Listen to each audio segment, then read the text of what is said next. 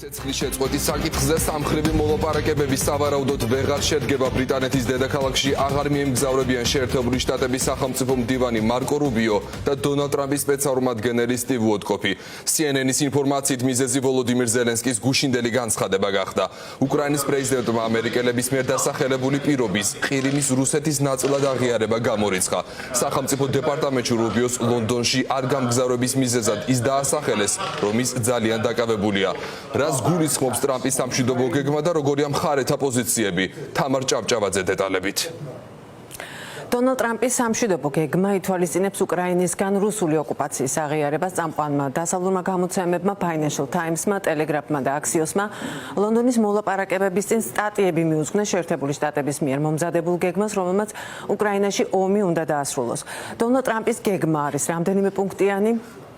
ის გულისხმობს ამერიკის მიერ ყირიმზე რუსეთის კონტროლის დე იურე აღიარებას, ასევე ლუგანსკის, დონეცკის, ზაპოროჟიესა და ხერსონის იმ ტერიტორიების დე ფაქტო ცნობას, რომლებიც რუსეთის მიერაა ოკუპირებული. ერთ-ერთი პირობაა უკრაინის უარი ნატოში გაწევრიანებაზე, თუმცა ამასთან მას ხელი არ შეეშლება ევროკავშირში ინტეგრაციაში.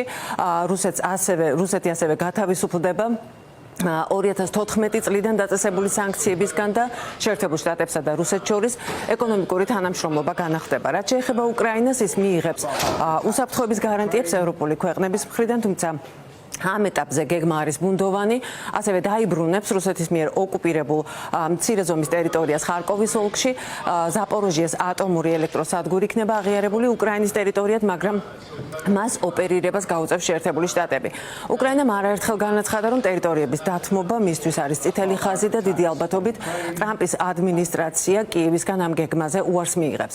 ამას დაემატა ისიც, რომ ლონდონში დღეს დაგეგმილ მოლაპარაკებებს არ დაესწრებიან მარკო რუბიო და ასევე გერმანისა და საფრანგეთის საგარეო საქმეთა მინისტრები. ლონდონში იმყოფება მხოლოდ დონალდ ტრამპის წარმომადგენელი კიტ კელოგი და ასევე ჩავა უკრაინის საგარეო უწყების ხელმძღვანელი.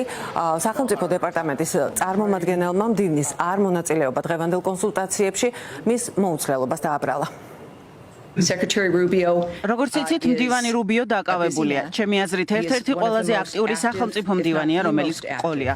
და რა თქმა უნდა, ეს გავლენას ახდენს მის ყოველდღიურობაზე. ამიტომ, როდესაც არსებობს კონკრეტული გეგმები, ისინი პირობითია. ამ კონკრეტულ შემთხვევას რაც შეეხება, ვიდრე ლონდონში შეხვედრები გრძელდება, მდივანი ამ შეხვედრებს არ დაესწრება.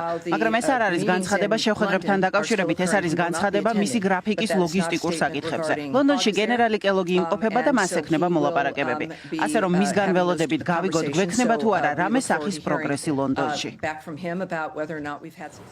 CNN-ის ინფორმაციით მარკო რუბიომ ლონდონში გამგზავრება ვოლოდიმირ ზელენსკის გუშინდელი განცხადების გამო გადაიფიქრა.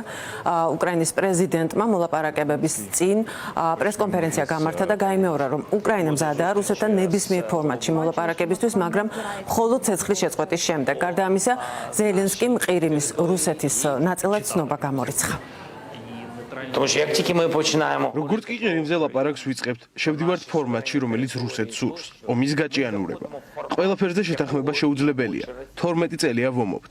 ეს უკვე არის პასუხი იმაზე, შესაძლებელია თუ არა მთლიანობაში რუსეთთან შეთანხმება. ეს რიტორიკული შეკითხვაა.